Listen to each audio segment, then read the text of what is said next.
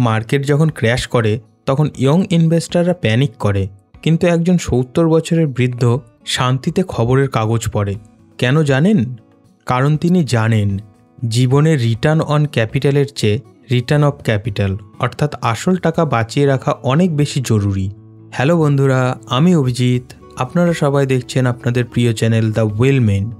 আজকের ভিডিওতে আমরা কোনো ফ্যান্টাসি নিয়ে কথা বলবো না, কথা বলবো হার্ডকোর রিয়ালিটি নিয়ে। কিভাবে আপনি বছরে 5 থেকে 7% গ্যারেন্টেড রিটার্ন পাবেন বিনা ঝুঁকিতে। আমরা ডিকোড করব সেই সব স্ট্র্যাটেজি যা সিনিয়র সিটিজেনরা ব্যবহার করে তাদের ভবিষ্যৎ সুরক্ষিত রাখতে। ভিডিওর শেষে আমি একটা 30-40-30 স্ট্র্যাটেজি শেয়ার করব যা আপনার পোর্টফোলিওকে দেবে সলিড সুরক্ষা। তাই শেষ পর্যন্ত সঙ্গে থাকুন। আমরা সকলেই চাই আমাদের টাকা বাড়ুক, কিন্তু সমস্যাটা হলো আমরা সেভ রিটার্ন আর লো রিটার্নের মধ্যে গুলিয়ে ফেলি। মানুষ কেন সেভ রিটার্ন চায়? কারণ সবাই এটা অ্যাফোর্ড করতে পারে না যে রাতেই সব কিছু ঠিক ছিল, কিন্তু ঘুম থেকে উঠেই দেখে তার 10 বছরের জমানো পুঁজি 1 লাফে 20% উধাও। আজকাল সোশ্যাল মিডিয়াতে সবাই বলছে স্মল ক্যাপ ফান্ডে টাকা রাখুন, ক্রিপ্টো কিনুন, 20% রিটার্ন পাবেন।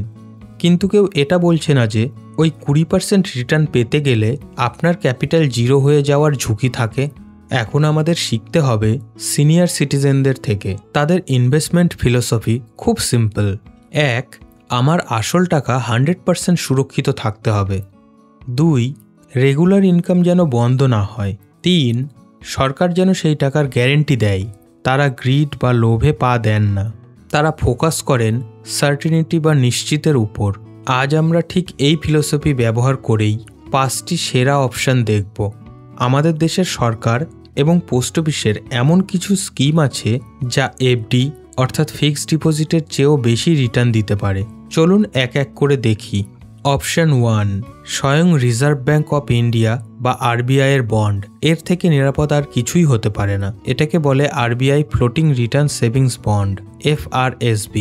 ইন্টারেস্ট রেট বর্তমানে 8%-এর আশেপাশে। মনে রাখবেন এটা ফ্লোটিং, মানে 6 মাস অন্তর রেট বদলাতে পারে, কিন্তু এটা সবসময় এনএসসির রিটার্ন থেকে 0.35% বেশি থাকে। লকিং পিরিয়ড 7 বছরের। Safety 100% sovereign guarantee. ব্যাংক ডুবতে পারে, কিন্তু সরকার সহজে ডুববে না। দ্বিতীয় অপশন, যারা প্রতি মাসে ইনকাম চান, পোস্ট অফিস MIS। বর্তমানে ইন্টারেস্ট রেট 7.8%-এর আশেপাশে। আপনি সিঙ্গেল অ্যাকাউন্টে 9 লাখ এবং জয়েন্ট অ্যাকাউন্টে 15 লাখ পর্যন্ত রাখতে পারবেন। মেয়াদ 5 বছর। একদম রিস্ক ফ্রি মান্থলি ইনকামের জন্য এটা সেরা। আপনার বয়স যদি 60 বছর বা তার বেশি হয়, অথবা আপনি যদি রিটায়ার্ড ডিফেন্স পার্সন হন, তাহলে SCSS আপনার জন্য গোল্ড মাইন।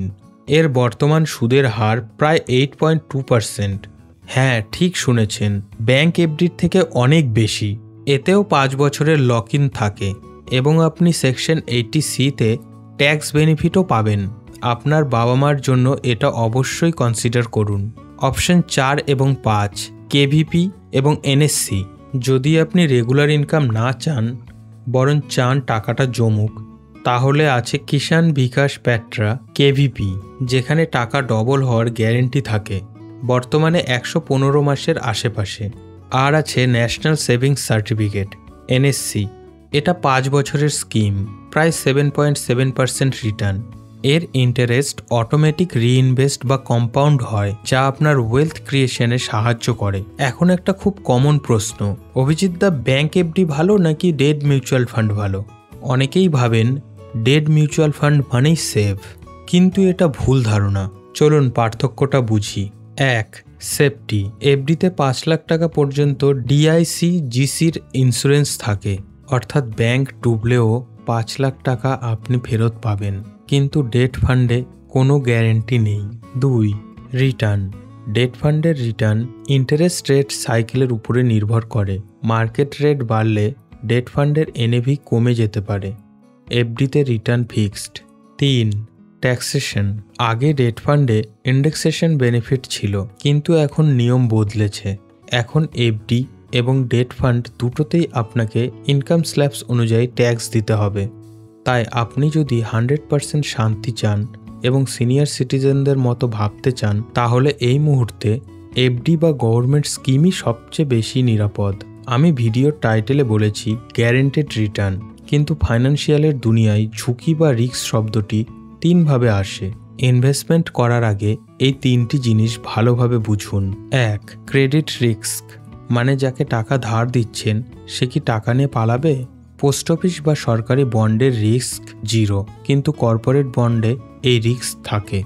2. মার্কেট রিস্ক, সুদের হার কম বেশি হলে আপনার টাকার ভ্যালুও কি কম বেশি হবে? এফডি বা পোস্ট অফিসে এই রিস্ক নেই। 3. লিকুইডিটি রিস্ক, মানে দরকারের সময় টাকাটা তোলা যাবে তো?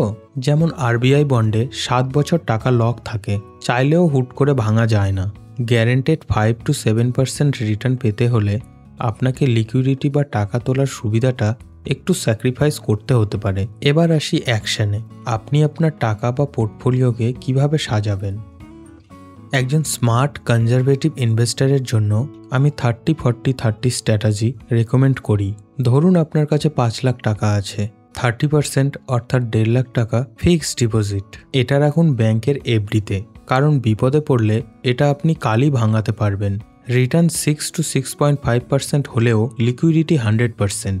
এবার 40% মানে 2 লাখ টাকা, এটা রাখুন পোস্ট অফিস, এমআইএস বা এসসিএসএসে। এখান থেকে আপনার রেগুলার ইনকাম আসবে। রিটার্ন 7.4% থেকে 8.2% পর্যন্ত। এবার 30% মানে 1.5 লাখ টাকা, এটা দিন লং টার্ম গ্রোথের জন্য। রিটার্ন 7.5 থেকে 8%। এই স্ট্র্যাটেজি ফলো করলে আপনি প্রায় বছরে রিটার্ন পাবেন 7%-এর কাছাকাছি, অর্থাৎ 5 লাখ টাকায় বছরে প্রায় 35,000 থেকে 37,000 টাকা পর্যন্ত।